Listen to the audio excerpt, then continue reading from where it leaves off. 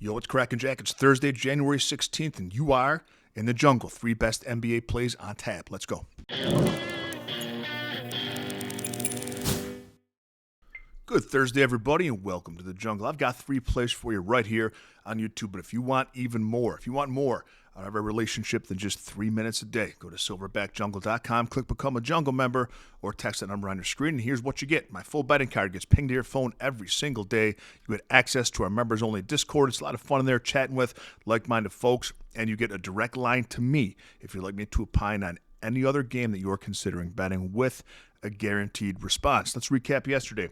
It was our third profitable day out of the last 4. We're doing very well. We went 2-1 on YouTube. We hit on Josh Hart over rebounds. Wasn't even close. We had over 10.5. He had 17. We hit on LaMelo Ball over 41.5 points, rebounds, and assists. He hit with 12 seconds left. Close one. We sweated it out, but nice win for us. We missed on Paolo Banchero over rebounds and assists. The blowout leaned into that one for us. Our jungle premium plays went 1-1. We hit on Desmond Bane points, and we missed on Walker Kessler over rebounds. Overall, it was 3-2 day, up 0.5 units. Remember, guys, jungle philosophy. I stayed between the lines of minus 130 and plus 130 every day. I bet every day. I don't bet parlays. I don't chase losses.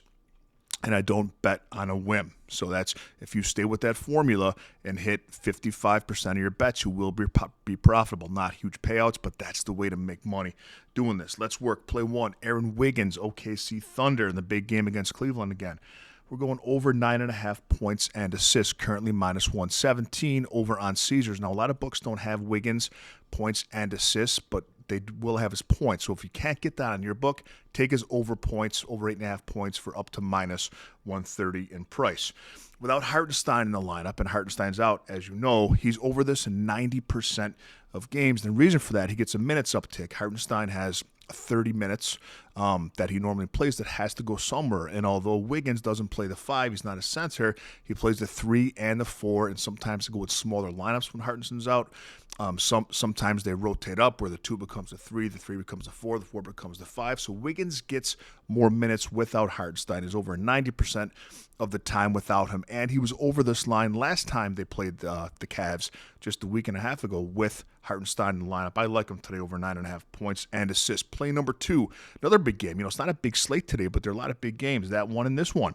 The red-hot Sacramento Kings take on the second in the Western Conference right now, Houston Rockets, on a back-to-back. I like Cam Whitmer here, the Rockets, Villanova product, over 10.5 points, currently minus 113 over on Caesars. He's over this in 7 of his last 10 games without Jabari Smith and without Terry Eason. They're both out again today. Now, they're on the second game of a back-to-back, and ordinarily, Whitmore lets the ball fly. He shoots a ton. He scored yesterday against Denver, scored 10 points in 10 minutes. He normally gets about 15 minutes a game off the bench and normally hits this line. In the second games of back-to-back, he gets more action because he comes off the bench. He's averaging 26 minutes played a game in the second game of back-to-backs. Well, everyone else is on Jalen Green today because he's been red hot. I think the best play on the board is Cam Whitmore of the Rockets over 10.5 points. Play number 3, and guys, if you like the material I put out here on a daily basis, do me a favor, just hit a thumbs up or drop a comment. It goes a long way and help me grow the jungle. Play number 3 is Jalen Duren, Detroit Pistons, over 9.5 rebounds, currently minus 115 over on Fliff. Over this in his last 5 games against the Pacers. He plays very well against the Pacers. He's open over in both games so far against Indiana this year with a total of 25 rebounds, 12 and 13. He doesn't have as gaudy numbers as last year, and the reason J.P. Bickerstaff is playing him a little bit less because he's not going to get into foul trouble that way. You remember last year he'd have huge games, then come down because he'd be sitting the whole second quarter with, he can't keep his hands to himself, like 3-4 fouls in the first 10 or 15 minutes. So Bickerstaff has found a way to really kind of control him, control his energy and effort, and get the most out of him in 25 minutes a game. And I like him a lot today. I think he's going to go over this 9.5 rebound line again against Indiana. Have a great day, Jungle Nation. Let me know in the comments below. What do you think? We have some interesting picks today, and I'll see you tomorrow with a little more money in your pocket.